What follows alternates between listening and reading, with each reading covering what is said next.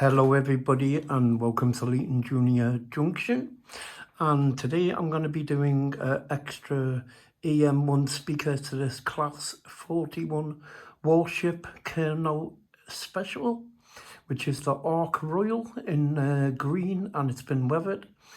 So as you can see, the engine is absolutely stunning, and this is going to be my review about the engine and what I like and don't like about it.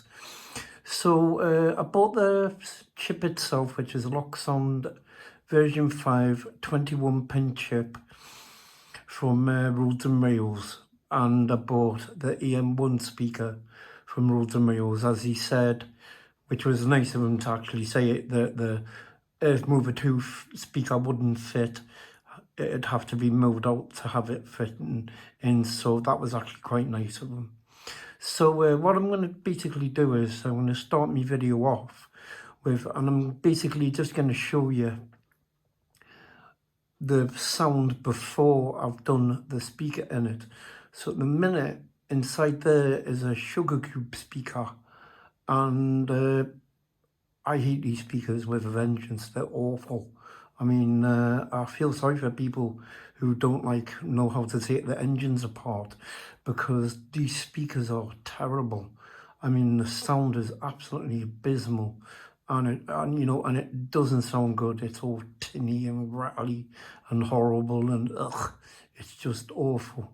Now, I think if you notice, you'll see that I do have the chassis slightly off the engine. It's because one of the pitfalls that I don't like about this engine, going out to Kernow for the next ones that you make, I'm really not keen on the clip system on the sides, because I tend to be quite ham-fisted, and so I've broken things off the front of engines. I'll admit it, we've all done it, and if you say you haven't, then I think you're telling porky pies, because I've done it like a few times where I've had an engine that's got clips on it, and I use plectrums. I've got like a special toolkit which I use for the computer work that I do, and I use plectrums to open the engines with, and I just always get really nervous taking engines like this apart. I mean, beside the fact of that it was quite expensive, and that wasn't even with a chip fitted, but no regards to that to Kernow, you've done a fantastic job. The engine is brilliant.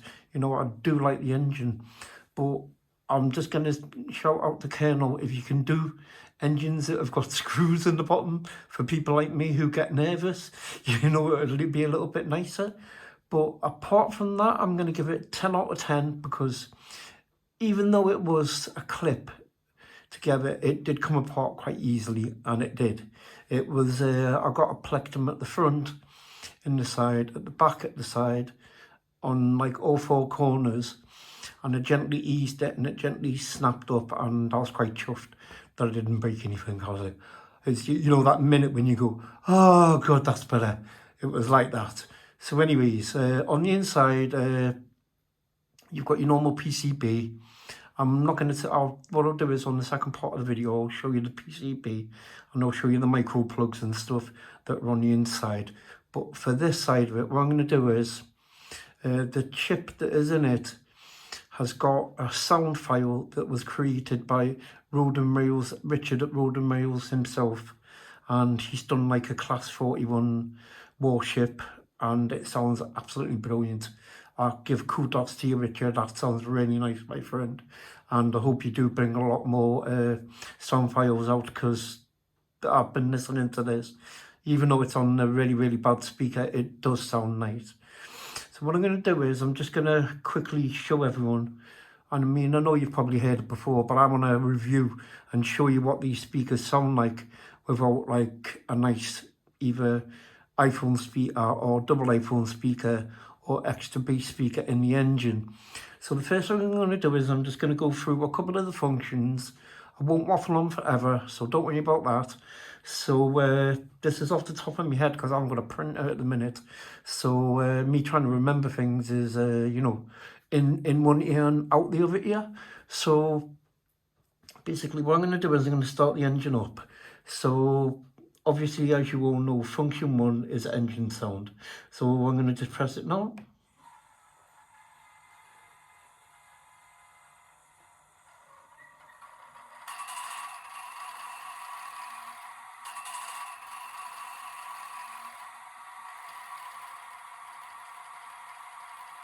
And as you can see, that sounds awful. I mean, I don't know what you guys think, but I am not keen on the speakers that lock sound put with the chips. Just don't like them at all. Cut them straight off. Fit an extra big speaker or an iPhone speaker myself and do it that way, because, you know, I mean, to be honest, I mean, that sounds awful to me. So I'm just going to do a couple of the horns. So this is function 2, if I remember rightly. So that's horn 1. That's horn 2. So this is coupling up, which I'm not sure which function it is because I can't read it because it's so small. I think it's function 4.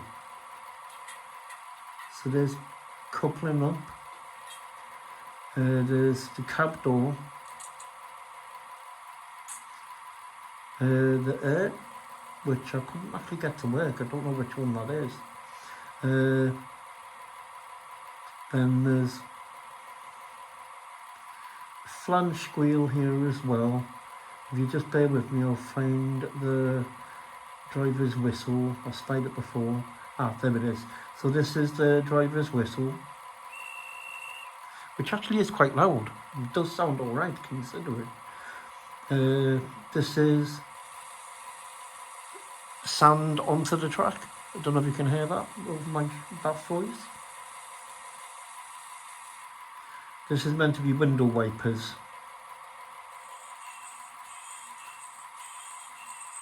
I mean, I don't know, it doesn't sound like really bad, but it does sound pretty terrible. So there is a flange squeal on it, but obviously the engine's got to be moving for it to do it. So I'll just quickly go over the lighting system with you. So the lighting system on it is the 2 front cubes light up. So there's your lighting system there. And obviously when you have it going the opposite way, you get your little red light at the back there. And then when you switch it back, obviously you get that. So what I'm going to do is, you'll hear when you like start the engine up and rev it up to go, that the engine, it doesn't just jump off. It like does a ticking over, and then it moves away nice and gentle. And another thing to Kernow, I ran this engine straight out of the box, and it ran perfectly. It did not decouple. It didn't come off the track. No like mishaps, no losing power, anything. It ran absolutely brilliant. And you know, I'll give you kudos, so I'll give you 10 out of 10 for that. As my review on the engine, that it runs beautiful, as I will show you now. So I'm going to give it some acceleration. And there you hear it revving up. And then it moves off nice and gentle. There you go.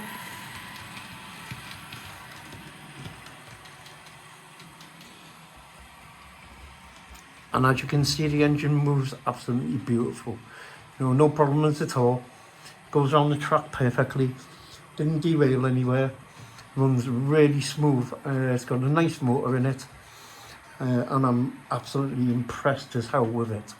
And I will, as I said, for the traction and the movement on the engine itself, I will give it a 10 out of 10 to Kernow, because they have done a fantastic job of it. So the next thing I'm going to try and do is, so you can hear the brake squeal on it, is bring it to a halt. So I better slow it down a little bit, and hopefully I'll be able to get the brake squeal so you can all hear it. So I'm bringing it down, slowing it down a little bit.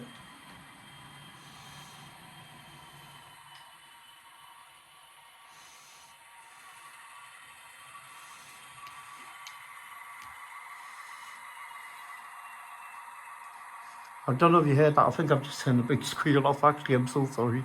But anyway, like Kernow, you have done a perfect job with the engine. The weathering is fantastic. It looks absolutely beautiful, and it does. It is a really nice engine. It's called the Ark Royal. Now, I've read on the comments on Alan's YouTube that there's a few of you who saved out on the Ark Royal. So kudos to you guys.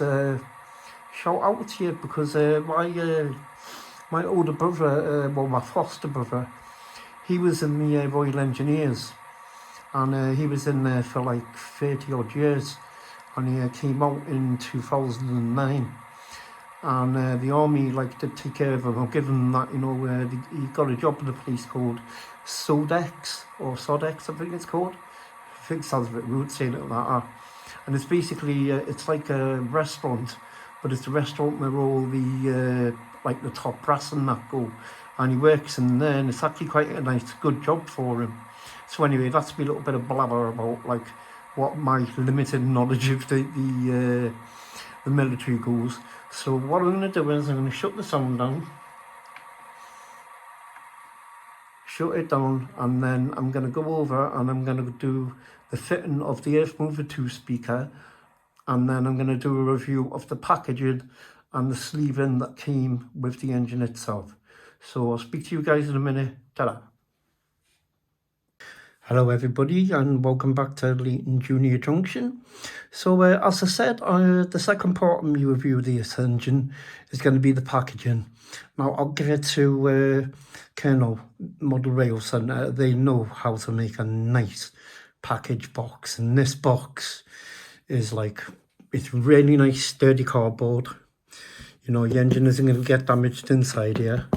You know, it's nice and solid. It's a lot better than the Bachmann stuff that I see. Not like saying anything about Bachmann there. So as I said, the engine is the North British D600 Warship diesel in double O gauge. As I said, this is the Ark Royal, which it tells you on the bottom of the box here. So as you can see there, it's a D600 Warship Ark Royal D601 BR green weathered, and it's the key to 607, and it is absolutely brilliant. And as you can see on the opposite side of the box here, obviously it tells you the scale of the engine, which is 176 scale model by the North British D601 Warship diesel. And as I said, I mean, the box is nice and sturdy, so you know you've got no problems about the engine getting damaged when it's being sent out here.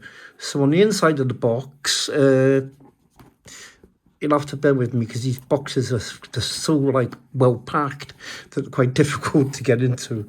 So what I'm going to do is I'm going to turn the engine the right way up for starters. Sorry, the box, not the engine, huh? Right, and there you go. So the first thing you're greeted by is, hang on a minute, sorry guys, I've got this on an angle, so is a nice bit of foam packing to protect the top of the engine.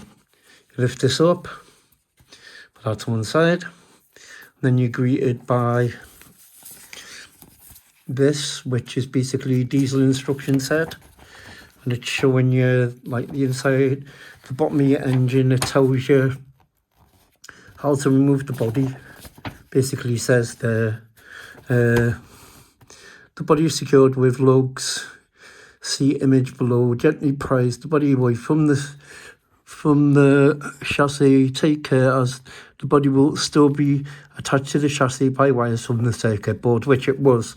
So as I've just said there, guys, be careful when you take it apart, because there's micro plugs going from the chassis into the PCB board itself, so you have to be very careful when you're taking it apart that you don't rip any of them out.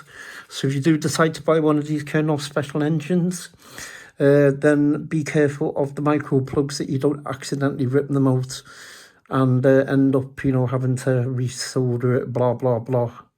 The top bit here, obviously the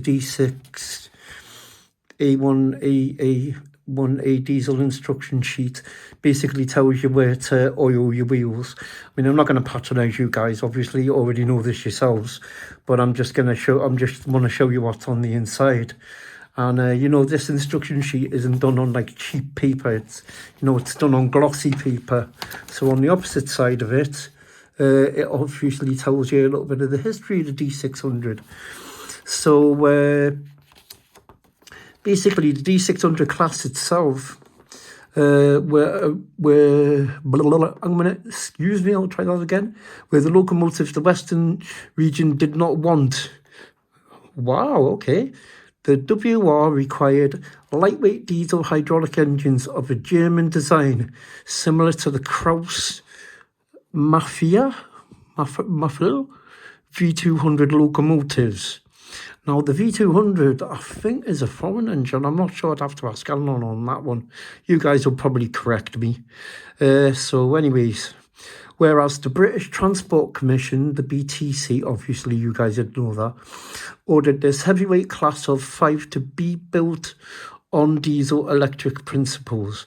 The BTC's vision was for the D600 class to be equivalent of the 2,000 horsepower diesel electrics being built in at the time. All 5 members of the D600 class were built by Northern British Locomotives, NBL, company in Glasgow. All right, so you Scottish people will be all right then. Okay, my badly impressioned Scottish person was very, very bad. I apologise. And I'll carry on. And on completion, each was to cost 87,500. An A1A axle arrangement was used with the centre axles unpowered MAN L1218/218 engines, each giving 1,000 brake horsepower at 1,445 RPM. Were coupled to Voith L306R transmissions.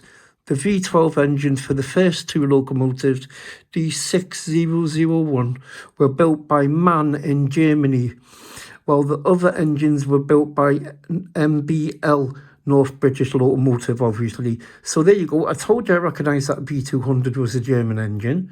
I thought so, like. So let's have a read. Were built by MBL under licence. The Voith transmission, which were a tried and tested design as used in some of the Krauss Mafia V200 locomotives, were set to change speed at 29 miles per hour and 57 miles per hour. The underframe of the D600s were built like a tank. Oh, cool. So obviously they really built them. But that means obviously I think you guys would know better than me that it was. And that would have made it a heavier engine by the sound of it. So, as I was saying, using one section beams and cross members which were riveted and welded together and topped with a thick sheet steel floor with aluminium bodywork. Aluminum to American, guys. There you go, see, I do know. The total weight of each locomotive was 117 tonnes. Wow, that's heavy. Names for the locomotives were given in alphabetical order after 5 famous Warship Ark Royal. So, sorry about that, right? After 5 famous warships. The Ark Royal, which I've just been saying. The Royal Bulldog, which you guys probably know. Conquest and Cossack. And the locomotives were supplied in standard BR green livery with blue-grey line at the lower edge of the body sides. One characteristic of the D600s was the use of spoked wheels. They could work in multiple with each other or up to 2 D6300 locomotive using the orange square couplings code. Several small engines and transmission faults were noticed soon after the class was introduced. Excuse me. These components were then returned to MBL, which is North British Locomotive, as I've just said, but to return to MBL for repair in accordance with the contract. However, this meant that locomotives would be out of service awaiting spares or repairs. In addition, the Spanner Mark 1A train heating boilers fitted to all early diesels were very unreliable on average. Engines were replaced after 8,000 hours in service, there being 8,760 hours in a year, Well, the locomotive generally clocked 65,000 miles annually, which doesn't sound a lot for these days, does it? I mean, that's like what? That's an average person does that a year in the car, maybe? I mean, I don't know. You guys probably know more than me. So, as I was saying, I shall carry on boring you. Only joking, right? D600 was officially completed on the 25th of November 1957, but was not handed over to British Rail until that December. Some train runs with passenger update coaches, were carried out in Southwest Digital Scotland before D600 was allocated to Swindon in January 1958. A press run was arranged for the 17th of February 1958 when D600 hauled a 340-ton train between London Paddington and Bristol Temple Meads, with stops at Reading, Didcot and Swindon. D601, which is this engine, appeared in March 1958 and was also initially allocated to Swindon by June 1958. Both were based at Plymouth Leiria, and D602, D604 were then allocated there from new.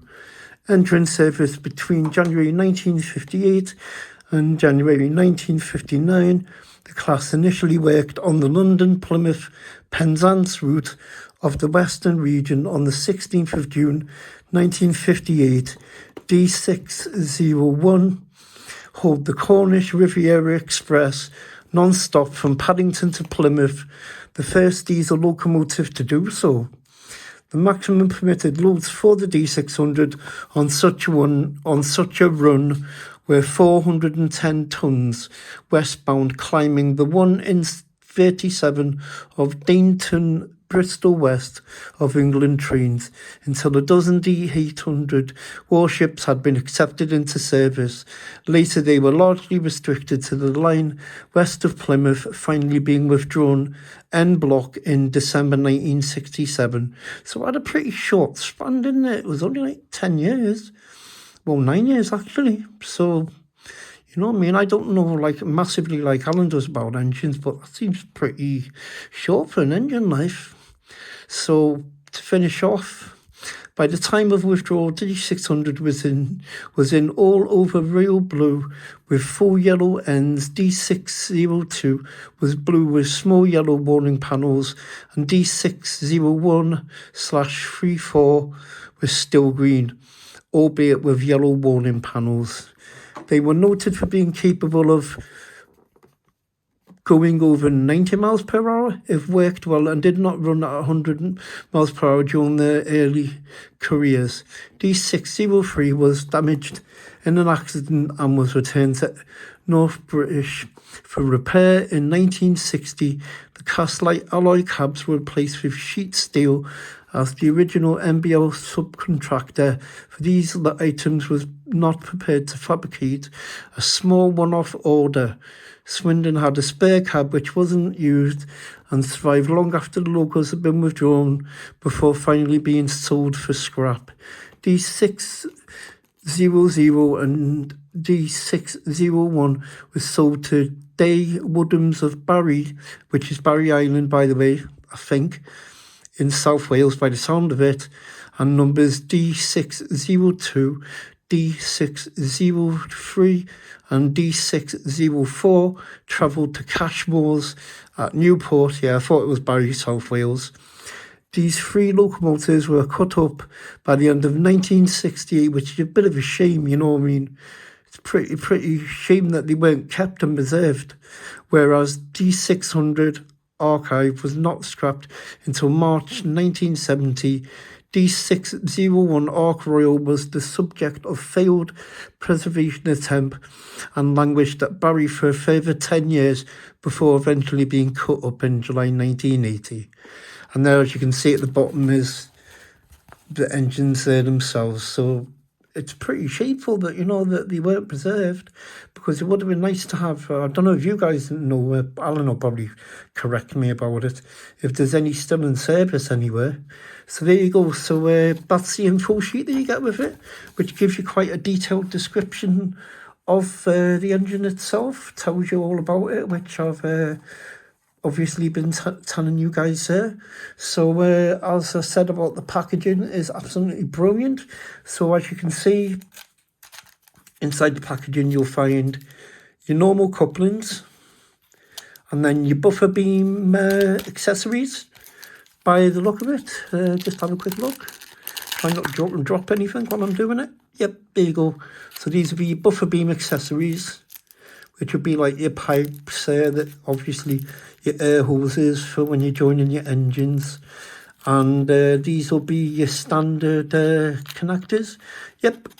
So there you go. So they're all nicely packaged for you. A nice little smart package. And I don't wreck it, that is. Right, hang on a minute. Just 2 seconds. I'm just off camera a minute, guys, while I break this. Right. Here we go. Right, back in again. There you go. And then you've got a nice bit of foam surrounding where the engine sits.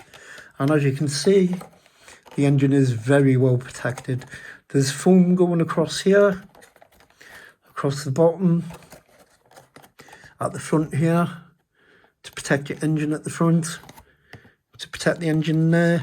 Then, as you can see here, it slides in there and goes into another, and then it folds out over, and there you go, and then it lifts up like that and clips out, so you can see your engine is absolutely beautifully protected. You know, there's no damage going to go to your engine when it's being shipped, you know, and obviously, you know, it gets to you in basically pristine condition. And as you can see by the packaging for the engine, you know, it's been very, very well packaged. And, you know, there's no damage going to come to the engine itself.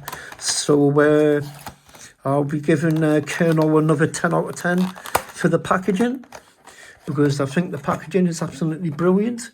And then obviously when you've done that bit, you just have the middle bit where your engine sits in there. And as I said, I am absolutely chuffed to bits with the packaging. Alan was chuffed to bits with it. And as with all Kernow specials, absolutely fantastic engine. Can't fault it in the slightest. No fault at all. Everything is perfect in it. Oh, sorry, there's just your normal sheet, which basically shows you the D600, and it shows you, sorry, the D601 2020 version obviously shows you your engine taken apart, and basically tells you what all your parts are: body, fan, extractor fan, blah blah, driver's cab window, windscreen wipers, cab handrails, buffer spring, buffer shark, buffer washer, I think that's it, cab interior screw, speeder, which is not included, by the way, so I bought that with the chip. So as you can see, that's what you get with the engine, and you know, it's a pretty detailed thing that you get with it, and you know, it tells you all about the engine. I hope I didn't bore you guys too much there, explaining about the engine and telling you all about its history. Might have been a little bit of a history lesson, especially for people like me, because I mean, I'm too young to remember stuff like this, but you know, Alan like remembers back in the day, so to speak. I always make fun of him.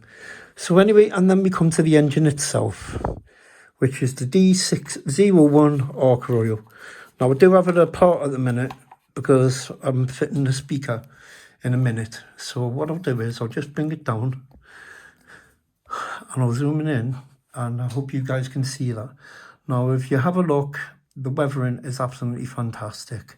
I really do like the weathering. The weathering's brilliant. It's absolutely brilliant weathering. It always is from Kernow. And as you can see, it's got the spoked wheels on it, like it says in the description. As you can see, I don't know if you can see that there on the spoked wheels.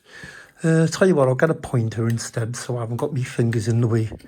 So as you can see on the wheels there, we have spoked wheels. Don't know if you can tell there, just lifted up slightly. There you go, you can tell on that one. The bodywork on it is absolutely beautiful. The shell, the weathering on the top, fantastic. I've seen engines out in the wild and that's exactly what they look like on the top, where like all the smoke and diesels have been coming out, and they are, you know, that is the weathering is down to a T. The front end of the engine, so I'll bring this in for you. So that is the front end of the engine. Alan said he's going to be using some Hunt couplings on this. As you can see, you've got your windscreen wipers, your head codes, obviously front yellow panel, and this is where your buffer beam accessories will be going. Obviously, I'm not going to patronise you, obviously that's where the coupling goes. Then, obviously, I'll get the camera in a little bit so you can see the side. And there you see, let's see if I can zoom in and get Ark Royal. Right. So you can't really see it on here. What I'll do is I'll do it when it's up on the layout and then you'll be able to see it on there.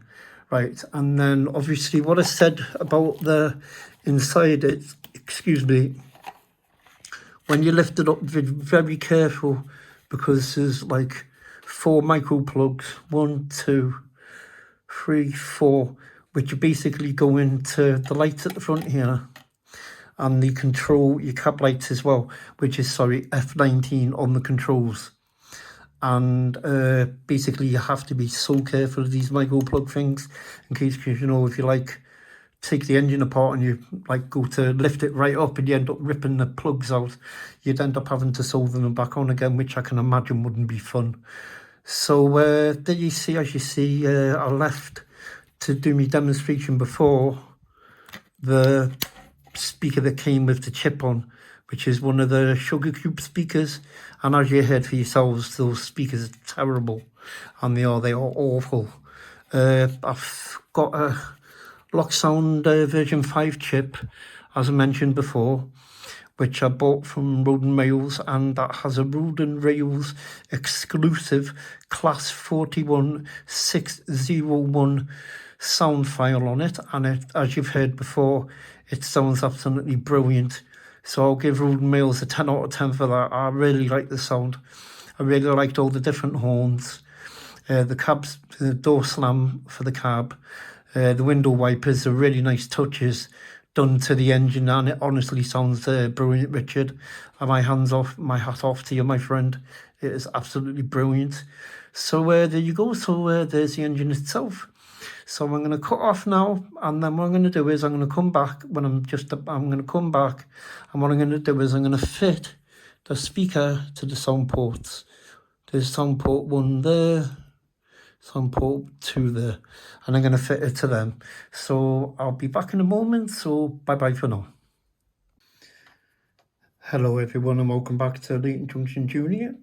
And as I said, now what I'm going to do is to this engine, I'm going to be fitting Earth Mover 1 speaker, which I bought from Road and Rails. And what I'm going to be doing is I'm going to be fitting it onto the 2 speaker ports, which is plus there, minus there. So I'm going to be fitting this speaker, which is the Earth Mover 1 apparently, because the Earth Mover 2 didn't fit. So I'm going to be fitting this speaker in there. And then what I'll be doing afterwards is I'll be doing a little running session so you can hear what it sounds like. Just ignore my blobs of black tack there, just to keep the speaker in place. So I decided the best place to put the speaker would be here. So what I did was I basically just got a little like grinder tool that Alan's got, and I just grinded these down and cut the edges off because they were in the way and the speaker wouldn't sit in here properly. You see, in this bit, it wouldn't sit there properly, so I had to cut them out to get it to fit in properly, and now, as you can see, it fits in perfectly. So, there you go. Next thing I'm going to do is get me 2 wires, and hopefully this will work. Now, on the speaker ports themselves, there is little holes, which makes it a lot easier for people like me. So basically what I'm going to do is I'm going to get my first wire, which has already been tinned, by the way. I didn't do that on camera because I don't want to bore you guys any more than what I already am. So basically what I'm going to do is I'm going to get the hole and I'm going to put the speaker wire through the hole. So this one okay in practice, but in real life it doesn't go okay. So into the hole it goes, and that's the plus wire. Then next, after I've done that, I'm going to solder it up. Then next, the minus wire. Now bear with me a second because I've had to have an extra magnifying glass here because my eyesight is getting really bad. And Alan always laughs at me and says that I'm going blind. But I know I am. And then the next is the minus wire, the black, into there. So as you can see, I mean, to be honest, I mean, I wouldn't really need to, I wouldn't really need to solder, but I'm going to anyway to keep the wires in place. So there you go. And then the next thing I'm going to do is just add a bit of tinner and then add a little bit of solder on, and then I will let you hear the speaker. I'll let you hear the engine running with the speaker in. So give me 1 second. Right, so obviously, as you know, the tinner that I use is called Quick Tin, and it's actually really good stuff. And it's really, really good. I use it all the time. Oh, bent a bit of the wire. There you go. That's the 2 wires soldered on. Well, tinned on, but I can just use the tinner, to be honest. I don't really need the solder, and that's it. The wires are fitted. Okay, I bent that one a little bit, but I'm trying to work through a magnifying glass while trying to look through the phone at the same time as talking to you guys. So as you can imagine, it is pretty difficult. So as you can see there, fair enough, yeah, I did bend the wire slightly, but you know, sometimes it can't be helped. I mean, I'm trying to do this through a magnifying glass as well as I've got the camera in front of me. So yeah, okay, I bent the wire a bit, but big deal, you know, it's only a bit of wire. It's not wrecked it, you know, as you can see, the wire's completely fine as is. You know, there's no, you know, the wire's stuck on. This wire's stuck on. So leave as is. So next thing I'm going to do is I'm going to put the body shell back on. Obviously, as you see, there's me mover 2 speaker there. So if I just move this back slightly, bring it up, get it into focus for you, and there you go. So there's me mover 2 speaker. There's obviously the micro plugs which go to the lights, and basically that's it. So what I'll do is I'm going to cut off now, and then I'll go back over to where the ESU system is, the ECOS system, and I'll start a little tester video for you guys, and I'll let you hear what it sounds like, and you can make your own conclusions up. So I'll speak to you in a minute. Try for now. Hello everyone and welcome back to the Leighton Junction Junior. So as promised, the Ark Royal itself, I'm just going to move it forward slightly. Right, there you go guys. And as you can see, this lovely engine. I'm going to start the sound and then I'm going to let you hear exactly what it sounds like. So this is the first for me, I haven't heard it yet. So after 3, 1, 2, 3. Right, so we'll start off, we'll put some lights on it. There we go. Now we'll start off with the engine. Okay.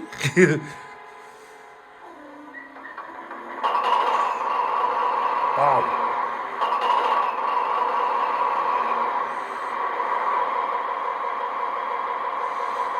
Wow, okay. Yes, that sounds absolutely fantastic. So that was worth the money. So I'm going to go through a few of the sounds for you. So this is the guard's whistle. Obviously, you'd already know that. This is horn 1. Horn 2. This is the sound of the fan.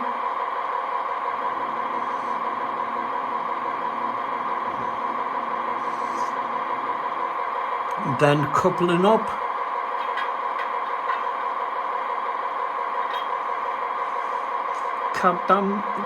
Cab door slam.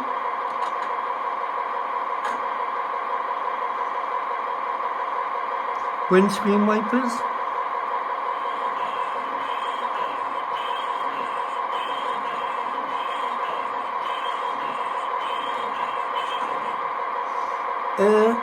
Air compressor, I think it is.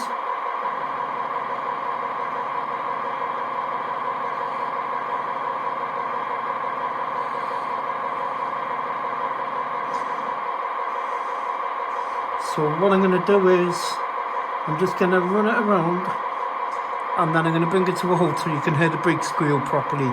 So if you bear with us. Wow, that sounds awesome. Kudos to Roden Rails for very nice speakers. So I'm going to let the engine come around. So as you can see there, the engine sounds fantastic. You know, massive improvement. As you'll be able to hear, because YouTube does actually support stereo surround sound, which I'm going to do in a video shortly to tell you guys, if you use Google Chrome, how to enable 5.1 surround sound in Google Chrome. So if you're like me and you watch your YouTube through an amp and like speakers, you'll be able to get the full surround sound on your setup. So as the engine's coming back around now, and I'm going to try my best to bring it to a stop next to the camera, which for me is quite difficult because I'm not really used to running engines. So just going to slow it down.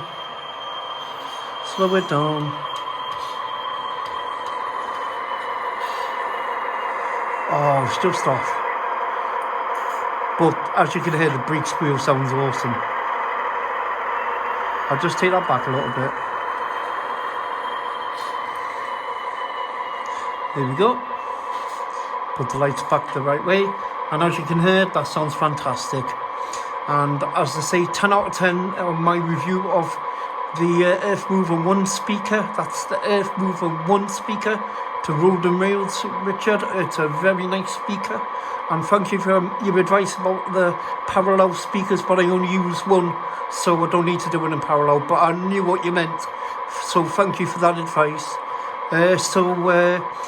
This is my review of the Class 41 Warship Kernow Special, the 601.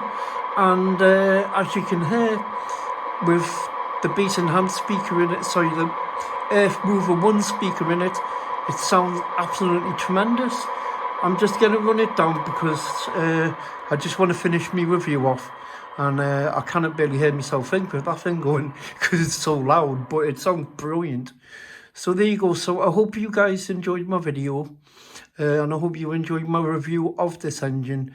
So as I said, the Kernow Class 41, the Ark Royal, the 601, what a fantastic engine. The weathering, 10 out of 10 to Kernow. The engine itself, 10 out of 10 to Kernow. The lighting system, there are cab lights on it, which I'll just quickly show you now before I disappear. I forgot about that one. I think it's F19. This is the cab lights, if I can find it. Hang on 2 seconds. Right, okay. You know when you can't find something, like your car keys. Right. I say I don't really know how to set the things on the controller like Alan does, so I don't really know. But it does have a cab light on it though, which is another 10 out of 10. But apparently, when you buy the engine, be careful. If you want your cab lights to work independently of each other, you have to buy a dipole decoder for it to go onto the engine itself, which helps you control your lights and your cab lights independently of each other, just so you guys know that. And F19 being the interior cab lights, when the engine pushes off, it says on Richard's site, that on Roden Rails site, that when the engine pushes off, the lights fade out, the cab lights fade out.